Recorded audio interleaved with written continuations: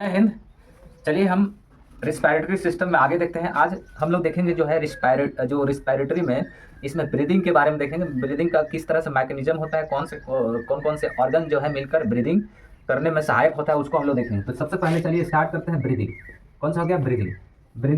Breathing जो है इसको हम लोग बोल सकते हैं पल जो है पल मुनरी वेंटिलेशन भी बोल सकते हैं। क्या बोलेंगे इसको? यानी ब्रीदिंग को पल्मोनरी वेंटिलेशन भी हम लोग कहते हैं। अब यहाँ देखिएगा ब्रीदिंग करने के लिए कौन कौन से इसमें ऑर्गन यानी अंग जो है सांस लेने में सहायक होता है, तो उसको देखिएगा। सबसे पहला जो है रिब्स हो गया। कौन सा हो गया? रिब्स। दूसरा नंबर में देखिएगा तो इंटरकोस्टल मसल हो गया। ठीक है, इंटरकोस्टल मसल। और तीसरा नंबर में देखिएगा तो इसमें जो है आपका डायाफ्राम हो गया। डायाफ्राम। ये तीन चीज हो गया, रिब्स, इंटरकोस्टल मसल हो गया और डायफ्राम हो गया। तीन चीज, ये तीन मुख्य जो चीज है जो क्या होता है ब्रीदिंग करने में सहायक होता है। ब्रीदिंग का मतलब क्या होता है? सांस का लेना इनहेलेशन हो गया, इनहेलेशन। और सांस का छोड़ना क्या होता है? एक्सहेलेशन हो गया, एक्सहेलेशन। सांस जब लेते हैं तो इसमें कितना समय लगता है सांस लेने में? तो 0.2 सेकंड का समय लिया जाता है। और सांस जब छोड़ते हैं तो 0.3 सेकंड का समय लगता है। ये आपका। और इसमें कौन कौन से ऑर्गन है जो ये सांस लेने में क्या होता है सहायक होते हैं। चलिए अब इसके बाद हम लोग देखते हैं कि ये तीनों जो है, रिब्स हो गया, इंटरकोस्टल मसल्स हो गया और डायफ्राम हो गया। तो एक साइड में हम लोग शुरुआत करते हैं इनहेलेशन हो गया। इनहेलेशन यानी सांस लेना हो गया। सांस जब ले रहे हैं तो इसमें देखिएगा एक चीज का ध्यान रखना है, जो हमारा रिब्स है यूएफओ, यू का मतलब होता है अपवर्ड हो गया, फॉरवर्ड हो गया, फॉरवर्ड और आउटवर्ड हो गया। अपवर्ड, फॉरवर्ड और आउटवर्ड। ये रिब्स का क्या होता है? मूवमेंट होता है, गति होता है। किस तरह से? अपवर्ड होता है, फॉरवर्ड होता है, आउटवर्ड होता है। यानी इस तरह से क्या होता है कि आपका जो है जो रिब्स है इस तरह से क्या करता है, ऐसे करके ये इस तरह से वो गति करता है। अपवर्ड में करता है, फॉरवर्ड में करता है, आउटवर्ड में करता है। जब सांस लेते हैं तो ये क्या होता है? किसका गति होता है? रिब्स का गति होता है। दूसरा इसमें देखिए इंटरकोस्टल जो मसल है, इंटरकोस्टल पहला। दूसरा जो है इंटरकोस्टल मसल्स की हम लोग बात करते हैं। इंटरकोस्टल मसल्स में ये क्या होता है? मसल जो है कॉन्ट्रैक्ट होता है। किस स्थिति में? तो आपका जब हम लोग सांस लेते हैं, कॉन्ट्रैक्ट का मतलब ये क्या होता है, यहाँ का जो मसल्स होती है, जैसे आप देखिएगा ये जो आपका रिब्स हो गया, ये रिब्स हो गया।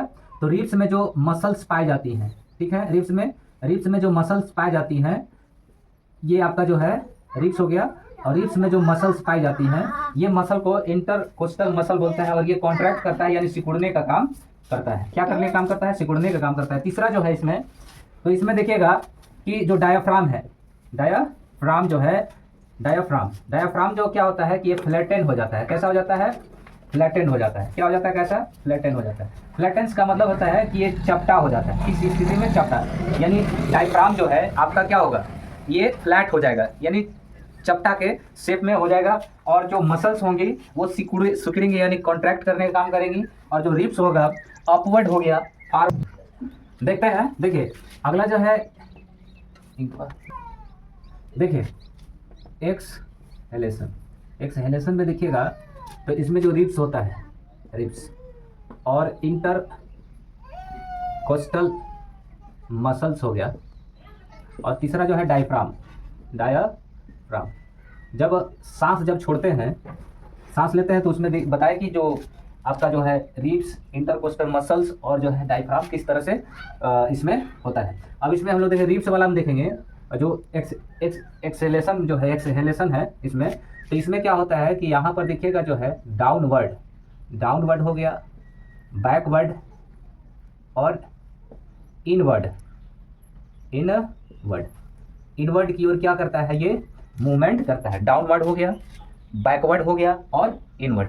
तो ये रिब्स का मूवमेंट जब हम लोग सांस छोड़ते हैं तो इसका मूवमेंट जो है डाउनवर्ड, बैकवर्ड और इनवर्ड की ओर होता है। इंटरकोस्टल जो मसल्स होते हैं वहाँ पर क्या हो रही थी? सिकुड़ रही थी। यहाँ पर जो क्या होगा कि जो इंटरकोस्टल मसल जो है वो रिलैक्स हो जाएगा। कैसा हो जाएगा? रिलैक्स हो जाएगा।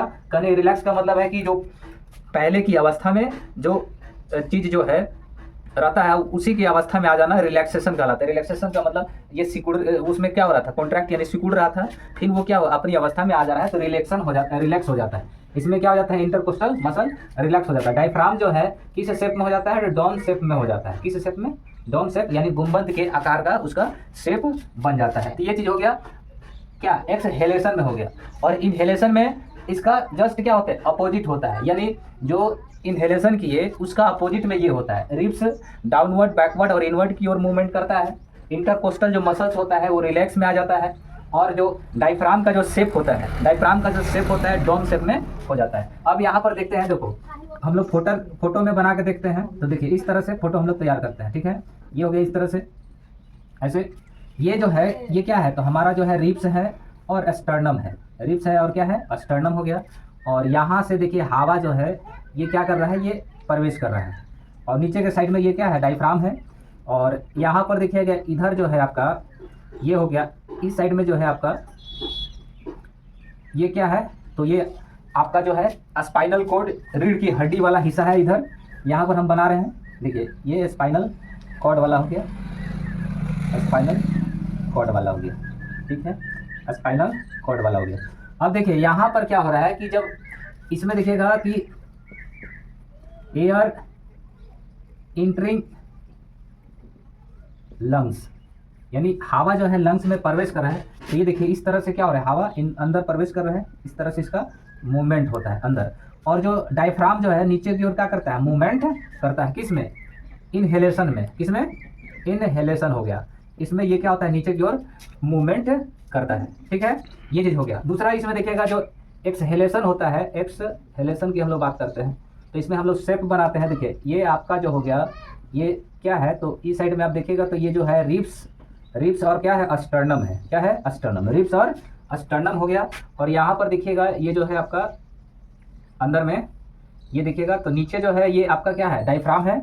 और यहाँ हवा जो है देखिए इस तरह से क्या होता है, बाहर निकलेगा, ऐसे करके ये हवाएं क्या होंगी, बाहर ऐसे करके निकलेंगी, तो जिसको हम लोग एक्सहेलेशन बोलते हैं, बाहर हवाएं निकलेगी। और ये जो रिब्स हो गया ये इस तरह से आपका जो रिब्स हो गया, ठीक है, रिब्स कर रहे हैं, ये जो आपका रीढ़ की हो गया, वर्टिब्रल कॉलम जो है ये आपका ये हो गया।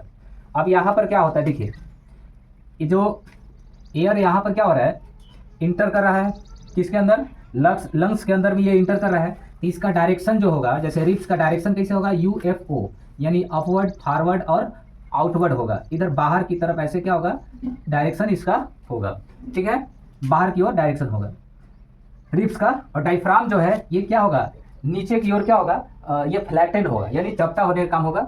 और जो रिब्स है अपवर्ड, फॉरवर्ड और आउटवर्ड की ओर क्या करेगा, गति करता है।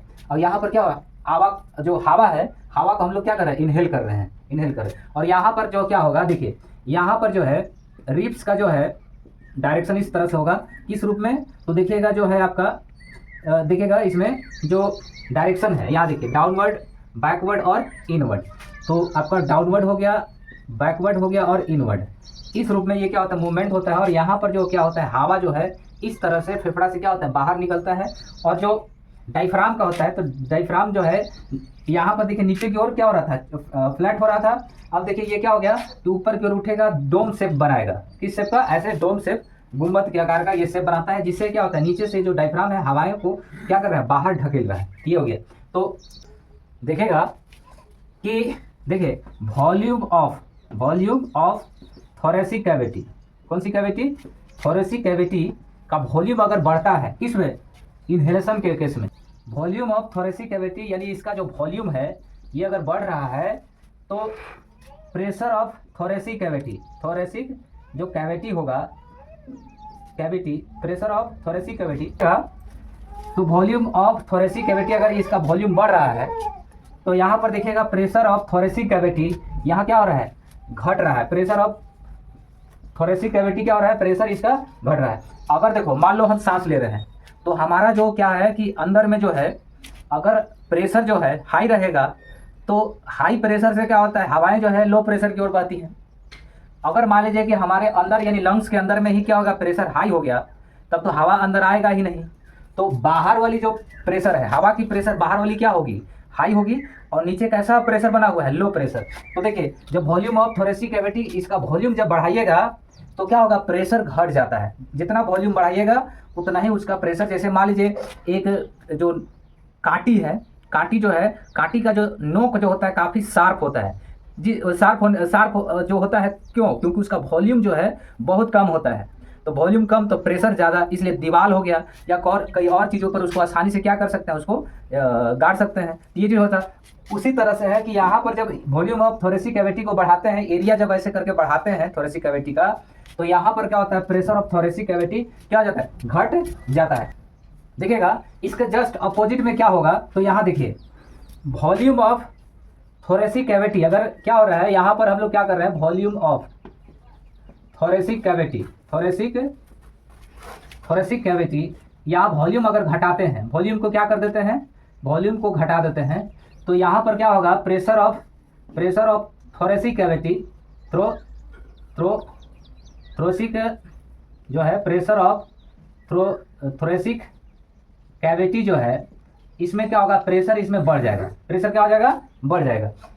यानी जब हम सांस को जो है क्या करते हैं, बाहर निकालते हैं, तो अंदर जो है थोरेसिक कैविटी में जो है वहां पर वॉल्यूम घट गया और क्या हो गया, प्रेशर बढ़ गया, जिस वजह से यहाँ से जो हवाएं जो है क्या हो रही है, बाहर निकल रही है। लेकिन यहाँ पर क्या है, जब सांस ले रहे हैं तो यहाँ पर जो क्या है, वॉल्यूम ऑफ थोरेसिक कैविटी बढ़ रहा है और प्रेशर घट रहा है। इस वजह से क्या थे कि इसमें जो नियम जो लगता है, बताया कि जो जब भी हवाएं बहेंगी या कोई भी चीज़ का जो कंसंट्रेशन होता है, तो हाई प्रेशर से क्या होता है, लो प्रेशर की ओर गमन करता है, और पी जो है इन्वर्सली प्रोपोर्शनल टू वी होता है, यानी उल्टा होता है। प्रेशर बढ़ाइएगा तो क्या होगा, वॉल्यूम घटेगा, वॉल्यूम बढ़ाइएगा तो प्रेशर क्या होगा, घटता है। तो यहीं पर ये चीज़ होता है। जब यहाँ पर क्या हो रहा है कि वॉल्यूम ऑफ थोरेसिक कैविटी का क्या हो रहा है, वॉल्यूम घटा रहे हैं, तो प्रेशर ऑफ थोरेसिक कैविटी जो है इसमें क्या हो रहा है, बढ़ रहा है। क्या हो जा रहा है, बढ़ रहा है। अब यहाँ पर अगला देखते हैं, यहाँ पर देखिएगा कि देखिए यहाँ पर देखिएगा कि वॉल्यूम इंक्रीज इन डोर्सो वेंट्रल एक्सिस, यानी जो हमारा रिब्स है,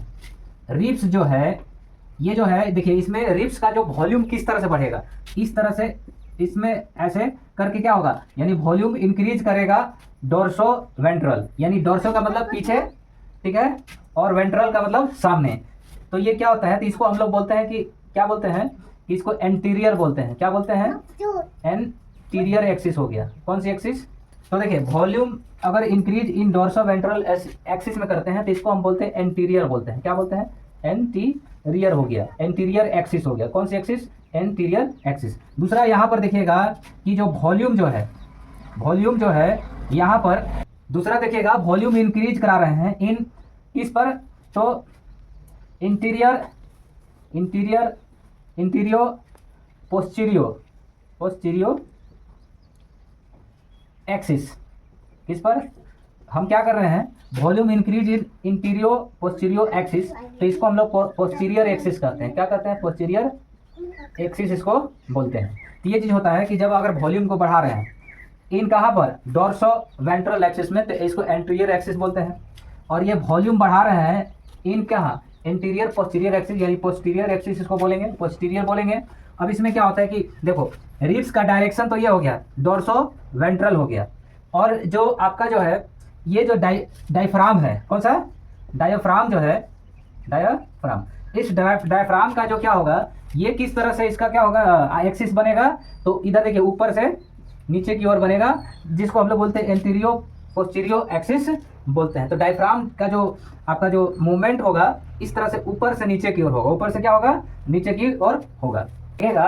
यहाँ पर वॉल्यूम ऑफ थोरेसिक कैविटी, यानी वॉल्यूम यहाँ बढ़ा रहे हैं, थोरेसिक कैविटी का वॉल्यूम यहाँ बढ़ा रहे हैं, तो प्रेशर क्या हो रहा है, घट रहा है। वॉल्यूम ऑफ थोरेसिक कैविटी का प्रेशर घट रहा है। यहाँ पर क्या हो रहा है कि जो थोरेसिक कैविटी है, थोरेसिक जो कैविटी है, इसमें क्या हो रहा है कि वॉल्यूम को हम घटा रहे हैं, वॉल्यूम को क्या कर रहे हैं, घटा रहे हैं। तो थोरेसिक कैविटी जो है, थोरेसिक कैविटी में जो प्रेशर है, थोरेसिक कैविटी यानी प्रेशर ऑफ थोरेसिक कैविटी, इसमें क्या हो रहा है, यहाँ घट रहा है। तो अगर आप वॉल्यूम बढ़ाइएगा तो प्रेशर घटेगा। यहाँ पर जैसे क्या है कि इसका अपोजिट काम करता है, क्योंकि एक्सहेलेशन है और ये क्या है, इनहेलेशन हो गया। तो यहाँ पर वॉल्यूम बढ़ा रहा है तो प्रेशर घट रहा है, और यहाँ पर क्या हो रहा है कि जब क्या हो रहा है, वॉल्यूम घट रहा है तो प्रेशर बढ़ रहा है। देखिएगा एक होता है, देखिएगा फोर्सफुल ब्रीदिंग, यानी जो हम लोग क्या करते हैं, फोर्सफुली क्या करते हैं, ब्रीदिंग करते हैं। ये क्या हो गया, फोर्सफुल ब्रीदिंग। अब इस फोर्सफुल ब्रीदिंग में क्या होता है, इसमें कौन कौन से जो है हमारा ऑर्गन जो है इसमें क्या होते हैं, इन्वॉल्व होते हैं, तो उसको हम लोग देखेंगे। तो देखिए इसमें क्या होगा, रिब्स हो गया। दूसरा हो गया कि इंटरकोस्टल जो है आपका जो मसल्स है, मसल इंटरकोस्टल मसल्स हो गया, इसमें इन्वॉल्व होता है। और देखिए मसल इंटरकोस्टल मसल जो है एक होता है इंटीरियर होता है और एक एक्सटीरियर होता है। तो इसमें क्या होता है एक्सटर्नल वाला, देखिएगा इंटरकोस्टल मसल्स में क्या होता है एक इंटीरियर होता है एक्सटीरियर होता है। तो जो एक बाह्य क्या होता है इंटरकोस्टल मसल होता है, एक अंदर का यानी इंटीरियर इंटरकोस्टल मसल होता है। तो बाहर वाला यानी एक्सटर्नल हो गया और अंदर वाला क्या हो गया इंटरनल हो गया। तो इसमें दोनों मसल्स क्या होता है जब फोर्सफुल क्या करते हैं जब ब्रीदिंग करते हैं तो इसमें दोनों मसल क्या होता है इसमें क्या होता है इसमें भाग लेता है। तीसरा चीज हो गया इसमें डायफ्राम हो गया, क्या हो गया डायफ्राम हो गया। डायफ्राम को हम लोग बोलते हैं फ्रेनिक मसल बोलते हैं। क्या बोला जाता है, कौन सी मसल्स बोला जाता है फ्रेनिक, ये मसल्स होता है। और चौथा इसमें क्या होता है कि एब्डोमिनल जो है मसल्स, इसमें क्या होता है फोर्सफुल ब्रीदिंग में क्या करता है मदद। ये जब फोर्सफुल ब्रीदिंग करते हैं तो उसमें मुख्यतः जो है रिब्स इंटरकोस्टल मसल्स हो गया, एक्सटर्नल और इंटरनल हो गया, डायफ्राम जिसको फ्रेनिक मसल ये भी, और जो है आपका एब्डोमिनल जो है आपका मसल्स, ये चारों जो है जब हम लोग क्या करते हैं फोर्सफुली ब्रीदिंग करते हैं, जैसे ये क्या होगा फोर्सफुल ब्रीदिंग होता है।